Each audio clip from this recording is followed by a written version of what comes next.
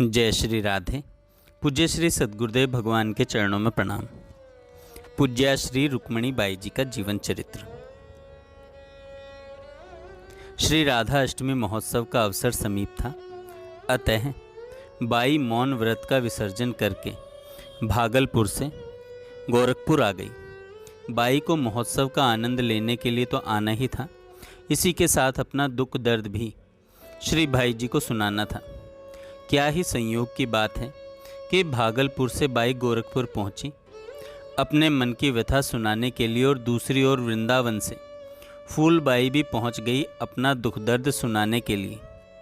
भले फूलबाई ने यह बहाना लिया था कि मैं गोरखपुर श्री राधाष्टमी महोत्सव में भाग लेने जा रही हूं, पर भीतरी उद्देश्य तो यही था कि श्री भाई जी से बात करके इस रुक्मणी की निरंकुशता पर रोकथाम लगाई जाए। फूलबाई ने अब तक भिन्न भिन्न अवसरों पर मीठे या कड़े शब्दों में जो निर्देश आदेश उपदेश दिए थे, उनका कोई भी प्रतिफल न देखकर अब एक ही उपाय रह गया था कि यह रुक्मणी जिन्हें अपना श्रद्धेय मानती है, उन्हीं के द्वारा अनुशासित करवाया जाए। फूलबाई के मन में अब एकमात्र श्री भाई जी का ही सहारा शेष रह गया था। महोत्सव के मध्य एक दिन अवसर देखकर बाई और नर्मदा बाई श्री भाई जी से कमरे में एकांत चर्चा कर रही थी। उसी समय फूलबाई भी वहां पर आ गई। फूलबाई को तो मनचाहा अवसर मिल गया कि रुक्मणी की शिकायत रुक्मणी के सामने ही श्री भाई जी से करूं। श्री भाई जी के सामने बैठते ही अपना रोष प्रकट करते हुए क्षुब्ध स्वर में फूलबाई ने श्री भाई जी से कहना आरंभ किया, भाई जी, लाचार होकर घर की पोल खोलनी पड़ रही है। आपके सामने यह रुक्मणी बैठी हुई है। इस रुक्मणी ने आजकल श्री महिला संघ में बहुत उपद्रव मचा रखा है, किसी की कुछ नहीं सुनती है। मेरी बात तो मानो इसके कान में जाती ही नहीं, चंदा भी इसको कुछ कहती नहीं है, और यह नरबदी तो इसको अपने सिर पर चढ़ाकर रखी है। आश्रम में रहने वाली और आने वाली हर बहन मानो इसके हाथ की कठपुतली बन गई है। पागलों की तरह नाचना, गाना, चिल्लाना, बस यही इन सब का काम रह गया है। रात में भी इन्हें नींद नहीं आती। यह रुक्मणी घर गृहस्थी वाली स्त्रियों को भी रात के समय आश्रम में रख लेती है। वे स्त्रियां भी अपने परिवार वालों को कुछ गिनती ही नहीं, और पति पुत्र को भाग्य के भरोसे छोड़कर इसके इशारे पर नाचती रहती हैं।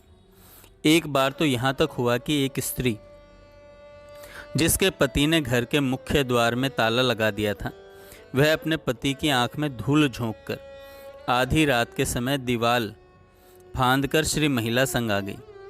पहले तो श्री भाई जी धैर्यपूर्वक फूलबाई की बात सुनते रहे, परंतु जब उनको ऐसा लगा कि शुद्ध फूलबाई का ध्यान मर्यादा की ओर से हट रहा है, तब श्री भाई जी को बोलना पड़ गया। बाई, यह कौन सी नई बात हो गई? भगवान श्री कृष्ण के प्रति अनुराग बढ़ जाता है, तब लोक धर्म किनारे पड़ जाते हैं। यही बात श्री कृष्ण अनुरागिनी गोपियों में पाई जाती है। उनका जीवन इसका प्रमाण है। स्वयं देवर्षि नारद जी ने कहा है, यथा ब्रज गोपिका नाम, और व्यास नंदन श्री सुखदेव जी ने यही बात राज ऋषि परीक्षित के समक्ष कही है।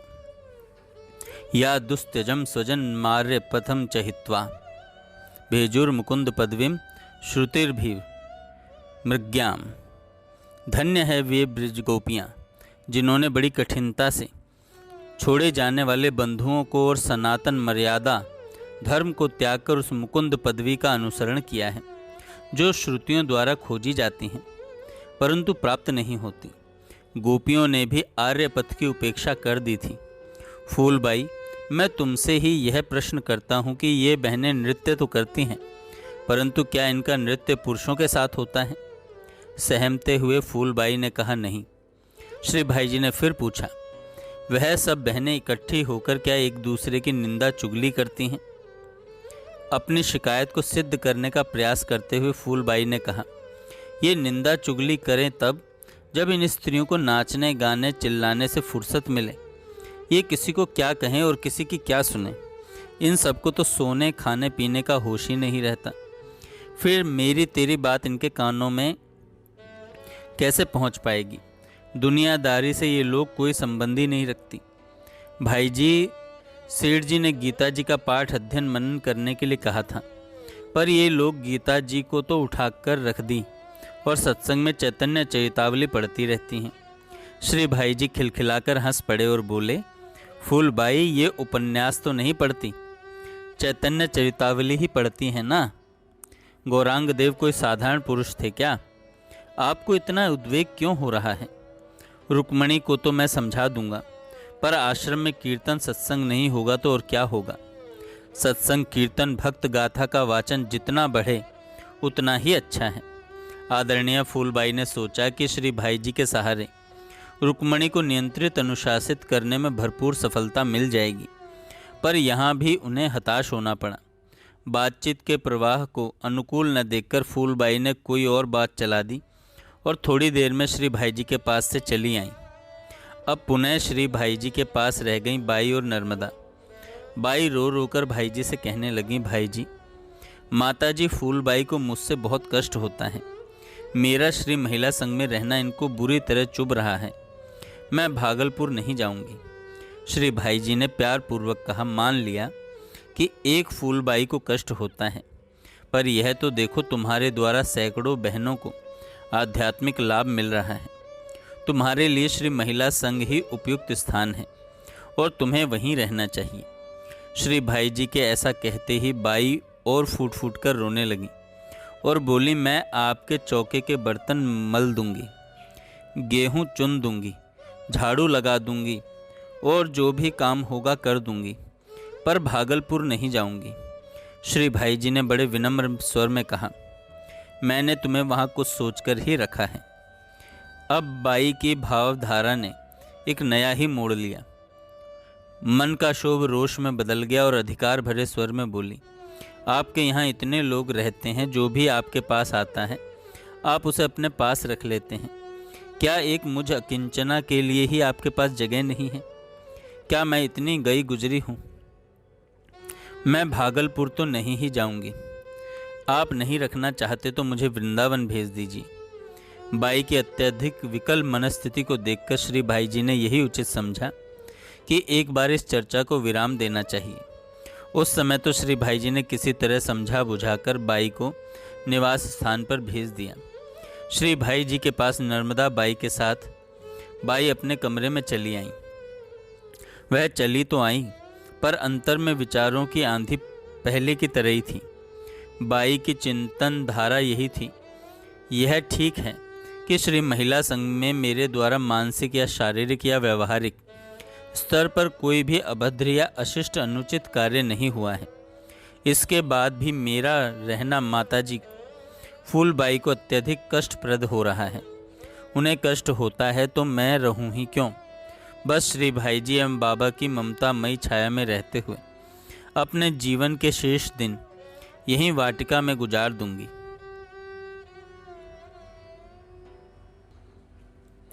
गीता वाटिका के समक्ष स्थित नई कोठी के एक कमरे में बाई रहने लगी। क्रमशः एक के बाद एक दिन और सप्ताह बीतने लगे। धीरे धीरे बाई का मन भी शांत होने लगा। श्री भाई जी ने भी भागलपुर जाने के संबंध में पुनः कोई बात नहीं की। भागलपुर से भाभी जी के पत्र श्री भाई जी के पास समय समय पर आ रहे थे कि रुक्मणी बाई को आप श्री महिला संघ के लिए भागलपुर भेज दीजिए, उसके बिना यह उजड़ रहा है। भागलपुर से ऐसे पत्र लगातार आने के बाद भी पूज्य श्री भाई जी ने भागलपुर जाने के संबंध में कोई चर्चा बाई या नर्मदा बाई से चलाई ही नहीं। श्री भाई जी द्वारा भागलपुर जाने वाली बात का न उठाया जाना भी सहेतुक था। श्री भाई जी अपनी खुली आंखों से देख रहे थे कि रुक्मणी बाई का जीवन कितना भक्तिमय और रसाद्र है।